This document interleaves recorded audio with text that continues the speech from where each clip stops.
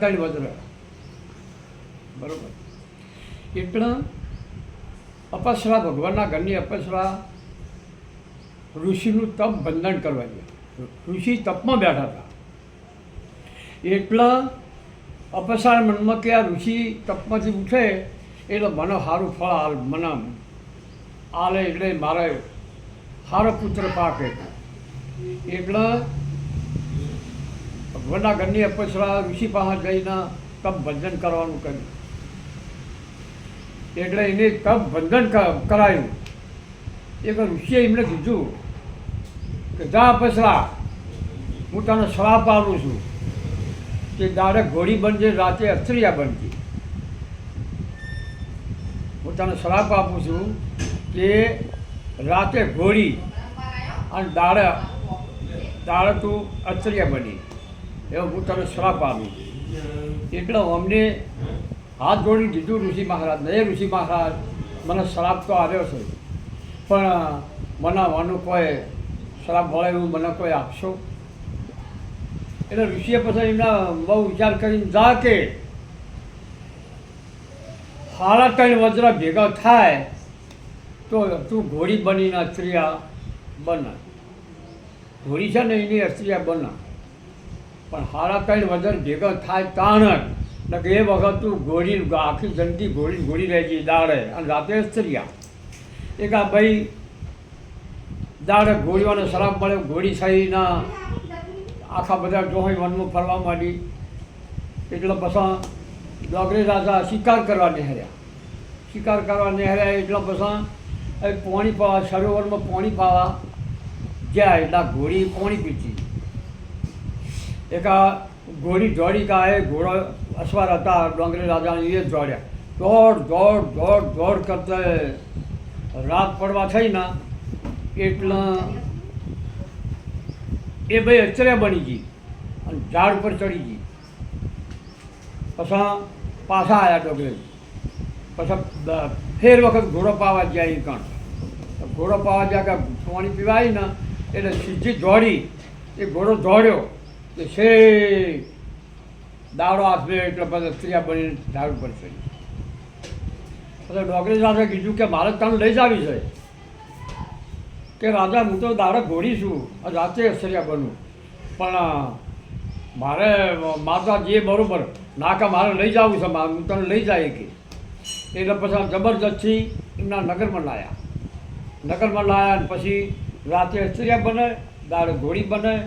પછી કીધું એમના કે બોલો કે તમારો કોઈ પણ કે મને શ્રાપ મારેલો છે મને ઋષિ મહારાજ. એક તું દાડે ઘોડી બનજે, રાતે અસ્ત્રિયા બનજે. એટલે ભૂખ અઘરી પડી. એ કે 3.5 વજન ભેગા થાય તો પછી હું અસ્ત્રિયા બનું. એ તાર સુધી મારે કે આવ્યું આ પ્રમાણે શ્રાપ મારેલો છે, એ પ્રમાણે મારે હેડવા. પછી ડોગરે રાજા પછી વિશ્વામિત્રને બોલાયા કે વિશ્વામિત્ર, આ તો ધબરું આવ્યું, અનુકોક મને રસ્તો બતાવો સારું.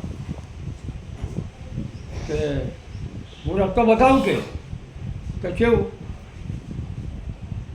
કે માঝে પાસે જવું અને અહીંયા ઠગોળો લડાવું કે કેવું? એ તો મને આવડશે કે કેવું કે તમને વિષ્ણુ કહે છે ને કે કાયમ લડવાનું કહે છે શુદ્ધમાં, એવું હું જઈ કહે માঝে પાસે.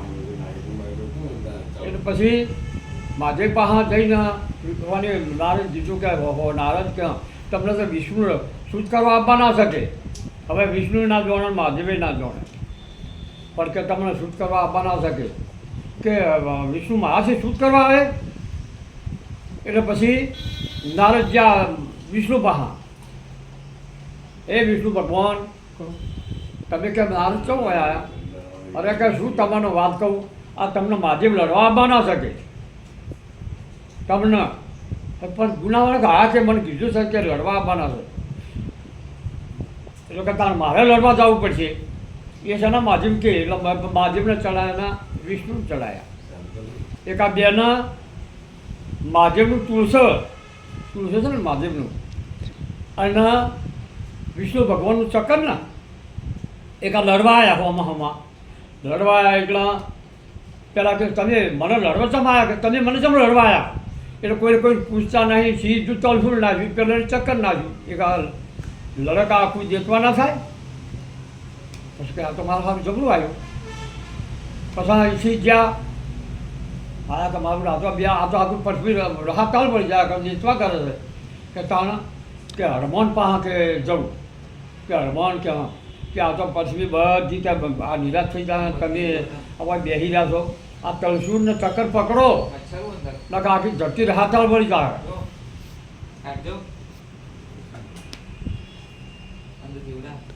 પછી હરમોન પાસે ગયા. કે તાણ આવું થાય કે હોય, એક સીધા છે હરમોન ઉડ્યા ના, એક સીધું જઈને ચક્કર પકડ્યું અને તલસુર પકડ્યું. હવે ભોંય પડે તો રાતાળ વળી જાય. કે તાણ હવે ભેમ પાસે આવ્યા કે ભેમ તમારું અડધું વજન છે ને કે તમે સૂઈ રહેજો અને પેલું વજન રાખજો પણ. અને આ જે છે ને આ ત્રણે વજન એ તમારા ઉપર પડશે તો પછી આ ઘોડી બનીને અચર્યા બનશે. એક આ પેલા ત્રણ વજન છે એના સીધા જ ભેમપા ઉપર પડ્યા ને અડધું વજન એના સીધા જ પેલી ભાઈ હતી ને એનો શ્રાપ વળ્યો અને દારે ઘોડી હતી એને અચર્યા બની અને રાજાના પાહા રોણી બની ગયા. એટલે એ સાડા ત્રણ વજન એક વજન મહાદેવનું, વજન